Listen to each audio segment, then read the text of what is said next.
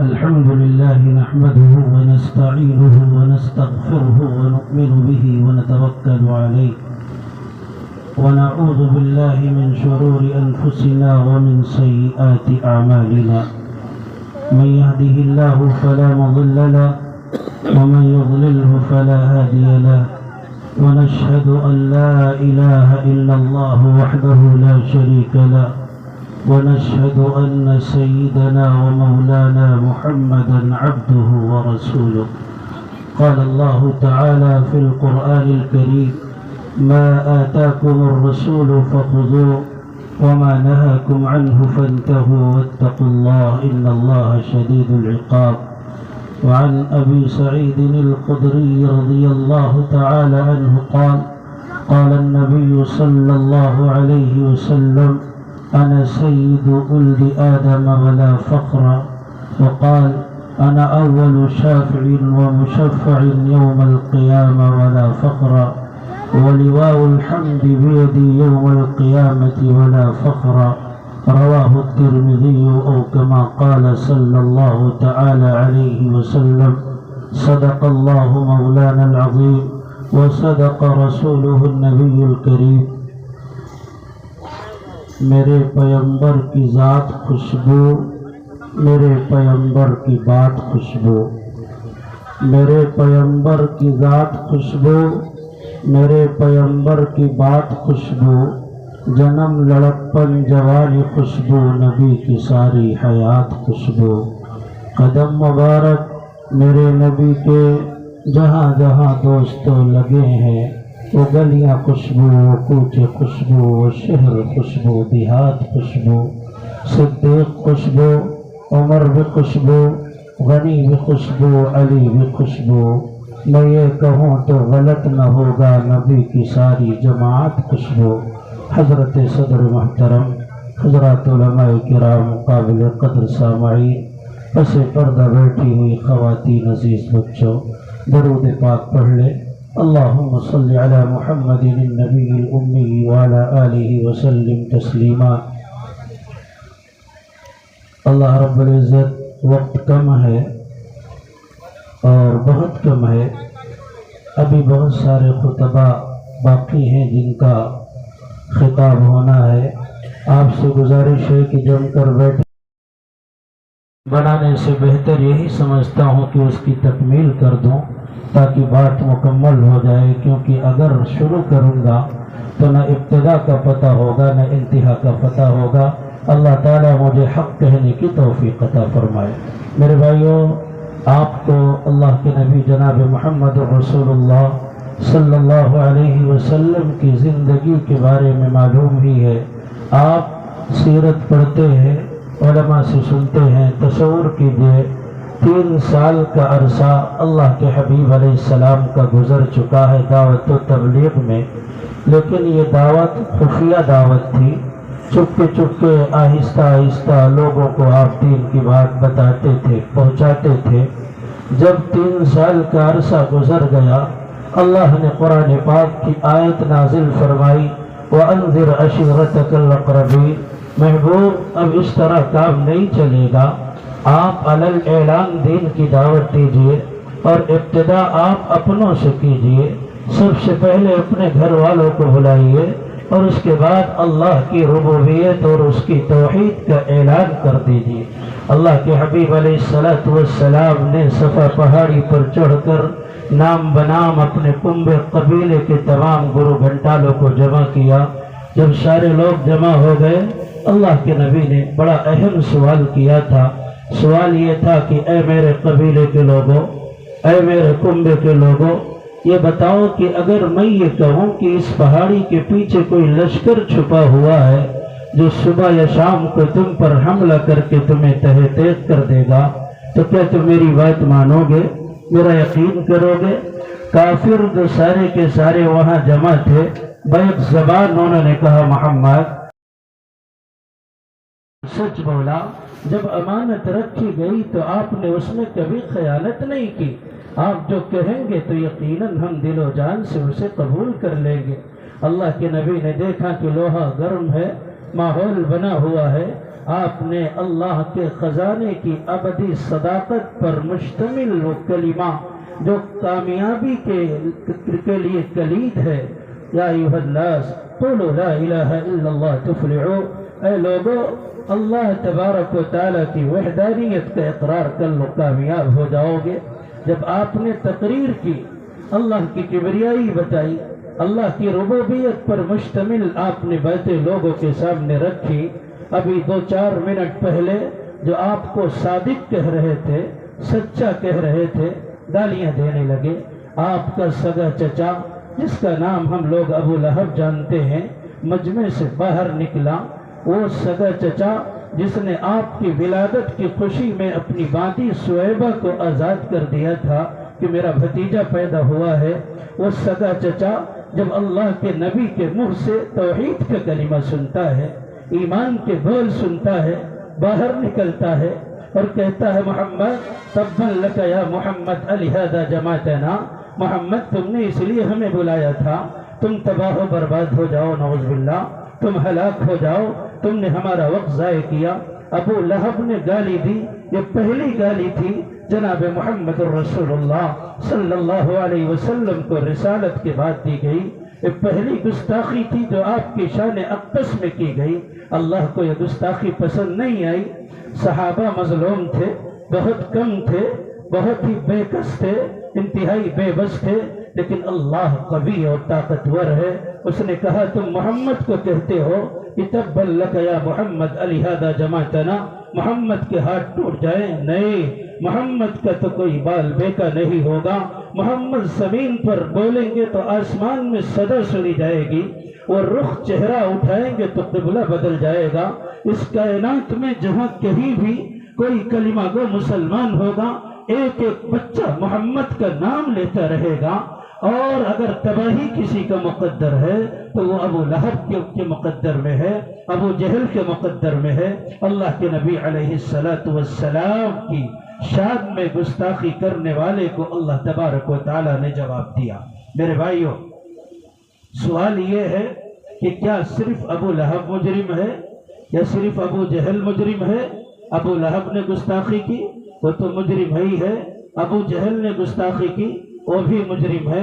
اسی طریقے سے کان کھول کر کے میری بات تسلی کے ساتھ آپ لوگ سن لیجئے کہ جیسے کافر اللہ کے نبی کی شان میں گستاخی کرے وہ مجرم ہے، اسی طریقے سے اگر کوئی مسلمان نبی کی شان میں گستاخی کرے گا وہ بھی مجرم ہوگا۔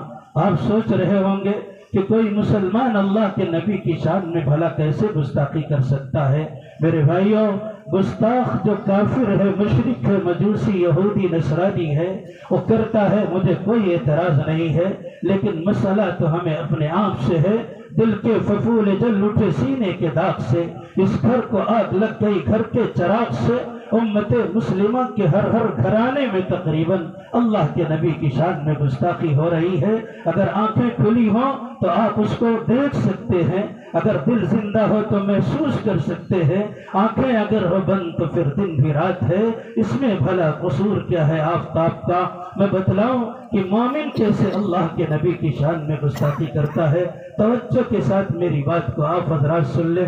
ہماری قوم کا ایک نوجوان، نام ہے اس کا عبداللہ، عبد الرحمن، نام ہے اس کا محمد، نام اس کا حسن، نام اس کا حسین، اور اسلامی نام اس کا اس کے باپ نے، اس کی ماں نے رکھ دیا۔ حرکتیں کیا ہے آپ نے کبھی غور کیا؟ بہترین قسم کا موبائل اس کے باپ نے دلا دیا کہ میرا بیٹا بڑا لاڈلا ہے، بہت اچھا ہے، بڑا محبوب ہے، اکلوتا ہے، اور اس بیٹے نے کیا گندگی مچائی ہے، اپنے کانوں میں ایئر فون ٹھوس کر کے وہ گانے سن رہا ہے۔ میرے بھائیوں، عام حالات میں اگر وہ سنتا تو شاید میں شکوے کا پٹارا یہاں نہ کھولتا۔ میں نے اپنی آنکھوں سے دیکھا ہے، اذان ہو رہی ہے، اللہ رب العزت کی بڑائی بیان کی جا رہی ہے، اللہ کے نبی علیہ السلام کی رسالت کا اقرار کیا جا رہا ہے۔ اللہ کی بڑائی پر اس خبیث کا دل نہیں پسیجا۔ محمد مصطفیٰ کی مصطفیٰ اور اس کی عظمت کے اظہار کے وقت بھی دل نہیں پسیجا۔ یہ ہمارا لڑکا مسلمان اے عبداللہ اے عبدالرحمان اس وقت بھی کان میں گانے ایئر فون ٹھوس کر کے گانے سن رہا ہے جبکہ اذان کی آواز آ رہی ہے۔ مسلمانوں کیا اسے گستاخی نہیں کہو گے؟ یہ گستاخی نہیں ہے؟ اگر ابو لہب گستاخ ہے، ابو جہل گستاخ ہے، عتبہ اور شیبہ گستاخ ہے، امیہ ابن خلف گستاخ ہے، اخنس بن شریق گستاخ ہے، یہ حاجی نمازی اور مولوی کی اولادیں بھی گستاخ ہے جو اذان کے ٹائم بھی زحمت نہیں کرتی کہ کانوں سے ایئر فون نکال لیں۔ یہی زندگی بنا رکھی ہے، یہی گھٹیا تہذیب محمد سکھاتے گئے تھے۔ میرے بھائیوں، آج جو حالات ہم پر آ رہے ہیں، پوری کل کائنات کے مسلمانوں کی جو درگت بنی ہوئی ہے وہ اسی وجہ سے کہ مسلمان خود اللہ کے نبی کی شان میں گستاخی کرنے والا ہو گیا ہے۔ اور میں کیا بتاؤں، تمہارے یہاں شادی تم مسلمان، نبی کے دیوانے، نبی کے مستانے، اللہ کے نبی کا نام لینے والے، نبی کے نام پر جان قربان کرنے کا حرف لینے والے، یہ کون ہے؟ مسجد کے سامنے اذان کی آواز کے وقت تمہارے گھر میں شادی بیاہوں کے موقع پر ڈی جے بج رہا ہے، شرم نہیں آتی؟ اللہ کا گھر ہے، پیغمبر کا نام لیا جا رہا ہے، پیغمبر کی سنتیں یہاں سے پھیلائی جا رہی ہیں، شرم سے ڈوب مرنا چاہیے مسلمانوں۔ ہماری قوم کا آدمی یہ گستاخی بھی کر رہا ہے، مسجد کے سامنے ڈی جے بج رہا ہے، مسجد کے سامنے ناچ رہا ہے، مسجد کے سامنے تھرک رہا ہے۔ کوئی بھلا آدمی سمجھائے اس سے الجھنے کو تیار، اسے گالی دینے کو تیار۔ یاد رکھو، اگر ابو لہب گستاخی کا مجرم ہے اور وہ جہنمی ہے، ایسے یہ مسلمان بھی جنہیں مسجد کے تقدس کا خیال نہیں ہے، اذان کے تقدس کا خیال نہیں ہے، میرے آقا کے نام کا احترام نہیں ہے، یہ بھی گستاخی میں مبتلا ہے۔ اور جیسے وہ واصل نار ہوگا، ایسے یہ بھی اللہ کے غضب کی چنگاری کے مستحق ہے۔ کان کھول کر کے سن لو اور آگے غور کرو۔ میرے بھائیوں، میں نے خود دیکھا ہے، اللہ کا گھر عظمت و جلالت کا مسکن اور مرکز ہے۔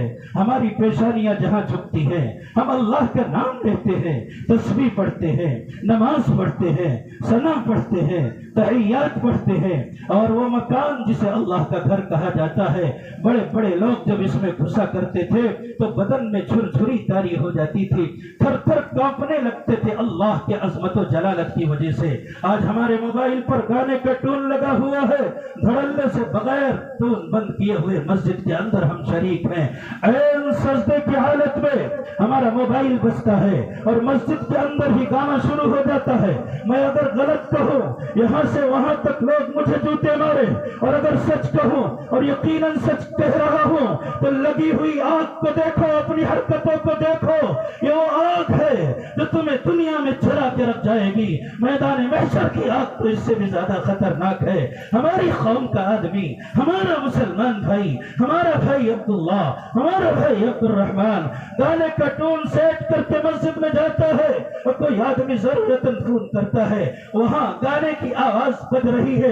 اللہ کے گھر میں، رسول اللہ کے منبر کے پاس کچھ تو حیا کرو، کچھ تو شرم کرو۔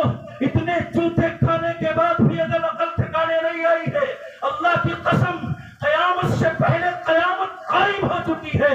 عدل و انصاف فقط حشر پہ موقوف نہیں، زندگی خود بھی گناہوں کی سزا دیتی ہے۔ اس کے بعد بھی ہمیں عقل نہیں آ رہی ہے، ہمیں شرم نہیں آ رہی ہے۔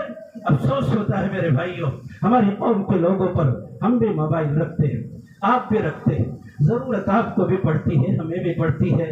جب ہم کسی کو فون لگاتے ہیں اور کانوں میں ہمارے گانے کی صدا سنائی دیتی ہے، گندے صحیح لیکن نماز ضرور پڑھ لیتے ہیں، اللہ کا کلام ہاتھوں میں لے کر بہت خوش ہوتے ہیں، جیسے بھی ہے ہم ہی وارثین انبیاء کہلاتے ہیں۔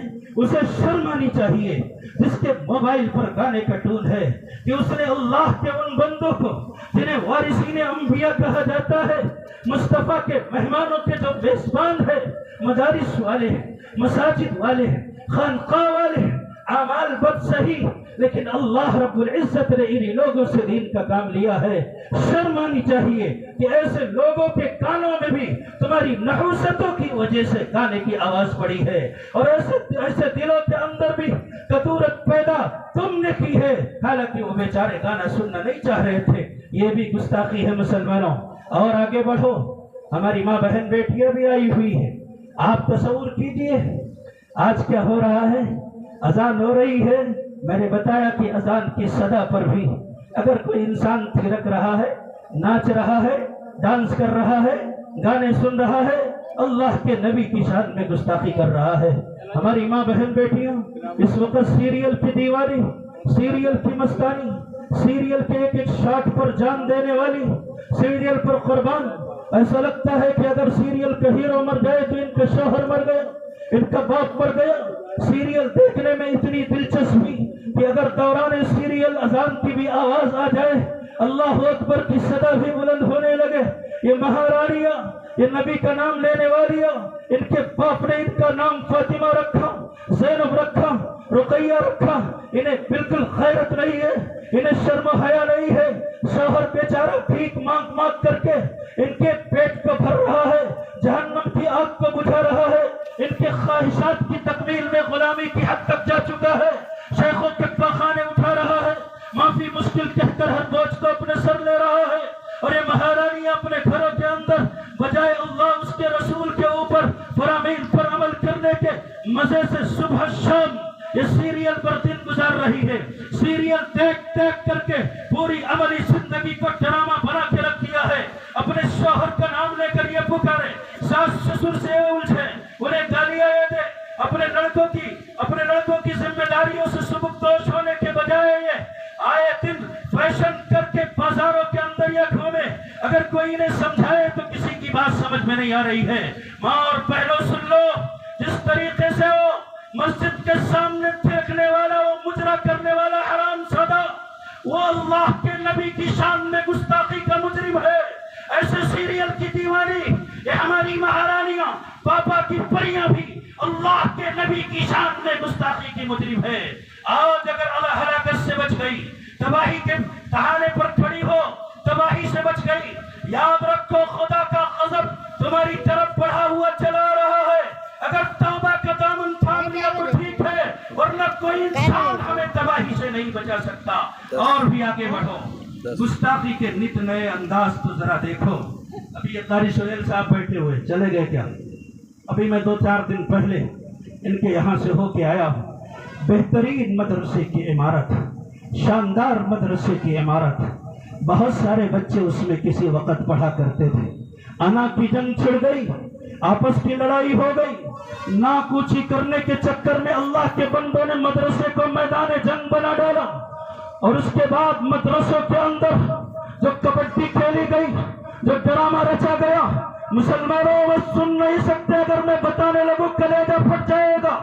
جہاں قرآن کا درس ہوتا تھا، اللہ کے نبی کی سنتوں کی اشاعت ہوتی تھی، تم نے اپنی حرکتوں سے، ہم نے اپنی حرکتوں سے اسے میدان جنگ بنا کر کے دین کے نشر و اشاعت کے سلسلے کو روکا ہے۔ جہاں سے نبی کے دین کا سوتا پھوٹا کرتا تھا، تم نے اپنی گندی حرکتوں، گندی سیاست اور گندی پالیسیوں کی وجہ سے اللہ کے نبی کی سنتوں کے نشر و اشاعت کے مرکز کو بند کرنے والوں، ایمان پر خاتمہ تمہارا نہیں ہو سکتا۔ تم کہاں پڑے؟ حق بات کہو، دل دکھے گا۔ دین سیکھنے میں شرم نہیں آتی، اور تمہاری دل شکنی کرتے ہوئے مجھے پرواہ کرنی پڑے؟ نہیں، تم ہو گے کرم خان، تم ہو گے امیر زادے، تم ہو گے کبیر زادے۔ اپنی شہزادگی کو اپنے گھر رکھو۔ اگر اسے ممبروں میں آپ تک لانے کی کوشش کرو گے، قیامت کے دن برسرے ممبر مرغا بنا دیے جاؤ گے۔ اللہ تبارک و تعالیٰ وہ حشر کرے گا، وہ درجت پڑے گی کہ کائنات کے لیے تم سب عبرت بن کے رہ جاؤ گے۔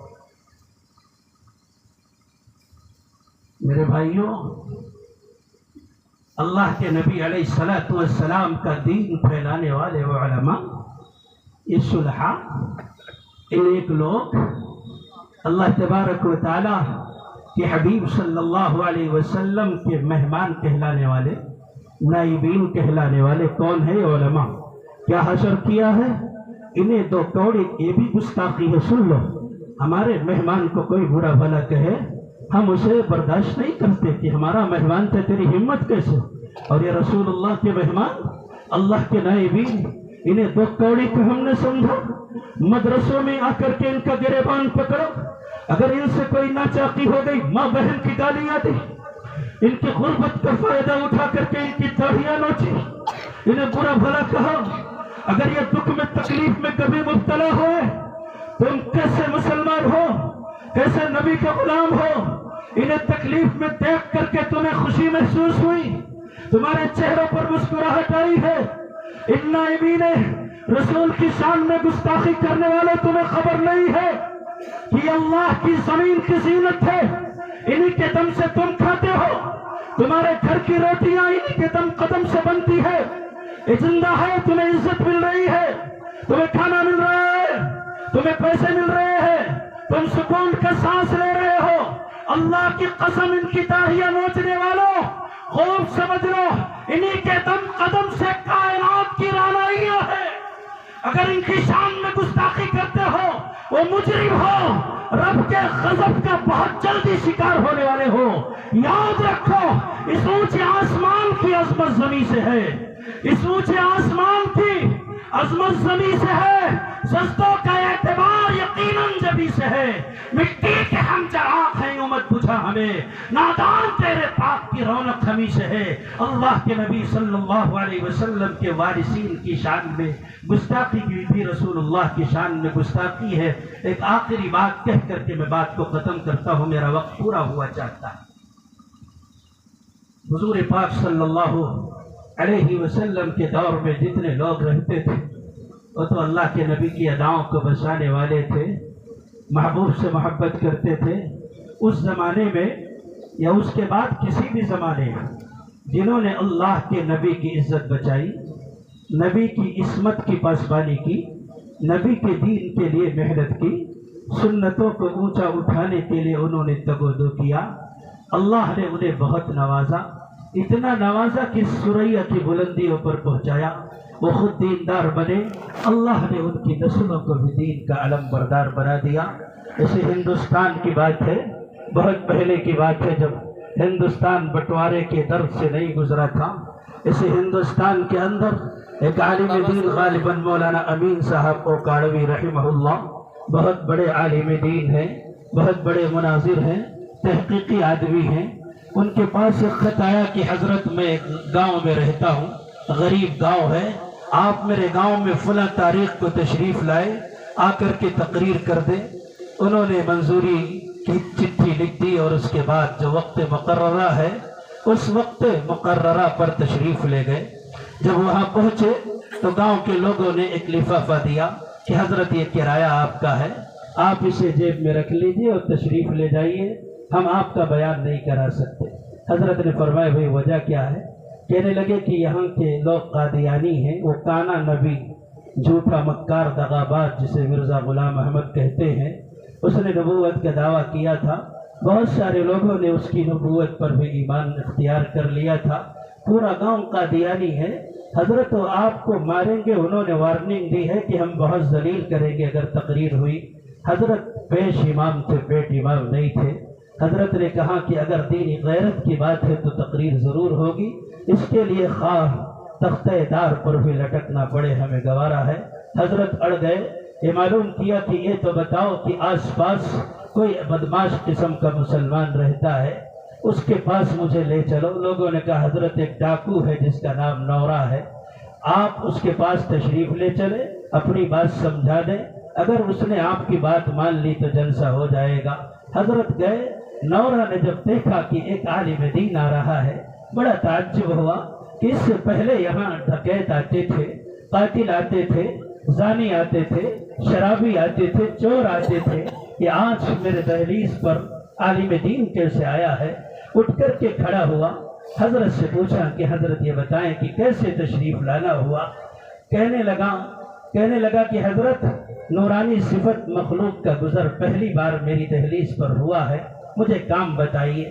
حضرت نے کہا کہ نورا دیکھ تو بدماش صحیح، گنڈا قسم کا آدمی صحیح، لیکن ہے تو مسلمان، اس گاؤں میں میرا بیان ہونا تھا، قادیانیوں نے روک دیا کہ اللہ کے نبی علیہ السلام کی سیرت پر لب کشائی اگر میں کروں گا تو مجھے پیٹیں گے، قتل کریں گے، اگر تو یہ عہد لے لے، میری بات مان لے کہ میرا بیان کروا دے گا تو میں تجھے دعا دوں گا۔ اس نے کہا حضرت میں بہت بڑا ڈاکو ہوں، بڑا مکار صحیح، لیکن بے غیرت نہیں ہوں، محمد کی غلامی اور محمد الرسول اللہ صلی اللہ علیہ وسلم کی زندگی سے ضرور دور ہو، لیکن کلمہ تو میں نے آپ ہی کا پڑھا ہے، چلیے آپ کی تقریر ہوگی، بیان ہوگا، کوئی آپ کی طرف بڑھے گا تو پھر اس کی خیر نہیں ہے۔ حضرت تشریف لائے، مسجد میں 2-3 گھنٹہ بیٹھ کر کے آپ نے جتنی بھی بشاشت ہوگی تقریر کی، چلے گئے۔ کئی مہینوں کے بعد فجر کی نماز پڑھ کر حضرت اپنے گھر میں تشریف لے گئے۔ دروازے کی کنڈی کھٹکھٹائی کسی نے، آپ نے دروازہ کھولا، اندر لے گئے کہ ایک عالم دین صفت آدمی تھے، ہاتھ میں لاٹھی ہے، تسبیح ہے، امامہ ہے، پگڑی ہے، سب کچھ ہے، داڑھی ہے۔ حضرت نے پوچھا کہ یہ بتاؤ کہ تم کون ہو، تمہارے آنے کا مقصد کیا ہے؟ اس نے کہا حضرت آپ نے پہچانا نہیں، میں نورا ڈاکو ہوں۔ حضرت نے فرمایا کہ تم تو ڈاکہ ڈالا کرتے تھے؟ کہ حضرت ڈاکہ ڈالا کرتا تھا، لیکن جب میں نے آپ کے کہنے پر 3 گھنٹہ رسول اللہ کی شریعت پر پہرا دیا، مجھے حضور صلی اللہ علیہ وسلم خواب میں تشریف لائے، میری ملاقات ہوئی، میں نے زیارت کی۔ آقا نے کہا نورا تو ڈاکو تھا، تو نے 3 گھنٹے ڈیوٹی کیوں دی؟ یا رسول اللہ آپ کی عزت کی پاسبانی کا مسئلہ تھا۔ حضور نے خوشخبری دی، نورا اب تجھے دنیا ڈاکو کی حیثیت سے نہیں پہچانے گی، تیرا نام آئے گا تو زبانیں کہیں گی رحمت اللہ تعالی علیہ۔ چنانچہ دل بدل گئے، خیالات بدل گئے، جذبات بدل گئے۔ پیغمبر کی عصمت پر پہرا دینے کے نتیجے میں اللہ تعالیٰ نے میری زندگی کے دھارے کو موڑ دیا، مجھے عاشق رسول بنا دیا۔ آج سنت سجائے ہوئے گلدستہ لیے اللہ کے نبی علیہ السلام کی دین کے لیے پھر رہا ہوں۔ مسلمانوں، وقت ختم ہوا چاہتا ہے۔ جو آخری بات میں کہنا چاہتا ہوں یہ ہے کہ جس طریقے سے کوئی گستاخی کرے گا اسے سزا ملے گی، خواہ مسلمان ہو یا غیر مسلم ہو۔ گستاخی کرنے والا سکون کا سانس اسے میسر ہونے والا نہیں ہے، کیونکہ یہ معلوم ہے کہ نہ کہیں جہاں میں امان ملی، جو امان ملی تو کہاں ملی۔ میرے جرم خانہ خراب کو تیرے عفو بندہ نواز میں اگر گستاخی ہوگی اذان کی، پھر کہ اذان کے سامنے مجرا کرو گے، لاؤڈ اسپیکر پر اذان کی صدا سن کر کے بھی تمہارے گھروں کا ڈی جے خاموش نہیں ہوگا، تو یاد رکھو جوتے یہاں بھی پڑیں گے، میدان محشر میں بھی پڑیں گے۔ اور اگر نبی کی شان بچاؤ گے، نبی کی عصمت کی حفاظت کرو گے، اللہ تعالیٰ یہاں بھی سرخ روئی عطا کرے گا، وہاں بھی سرخ روئی عطا کرے گا۔ وقت کی قلت دامنگیر ہے۔ آخری پیغام یہاں سے وہاں تک مسلمان دل کی تختی پر لکھ لے، خوب غور سے سن لے اور سمجھ لے کہ یہ عہد کر لے کہ جب تک ہم زندہ ہے، کوئی دریدہ دہن انسان، کوئی غیروں میں ہو، منافق ہو، کوئی اپنا ہو، اگر کوئی اللہ کے نبی کی شان میں گستاخی کرتا ہے، جو جواب بھی قائد قانون کے لحاظ سے ہم سے بن پڑا، اسی دنیا میں وہ جواب دیں گے، اور جب ہماری موت آئے گی اپنے نونہالوں کو، اپنے بچوں کو بلائیں گے، میرے بچوں جب تک ہم زندہ رہے نبی کی شان بچائی ہے، تم بھی عہد کرو جب تک زندہ رہو گے کوئی اللہ کے نبی کی شان میں گستاخی کی جرات نہیں کرے گا۔ یہ پیغام دو، اگر مر گئے تو سکون سے مر سکو گے، تمہاری اولاد زندہ رہے گی تو ایمان کے ساتھ زندہ رہے گی، اور کل میدان محشر میں یہ کہو گے اے جنت تجھ میں حور و قصور رہتے ہیں، اے جنت تجھ میں حور و قصور رہتے ہیں، میں نے مانا ضرور رہتے ہیں، میرے دل کا طواف کر جنت میرے دل میں حضور رہتے ہیں۔ وآخر دعوانا الحمدللہ۔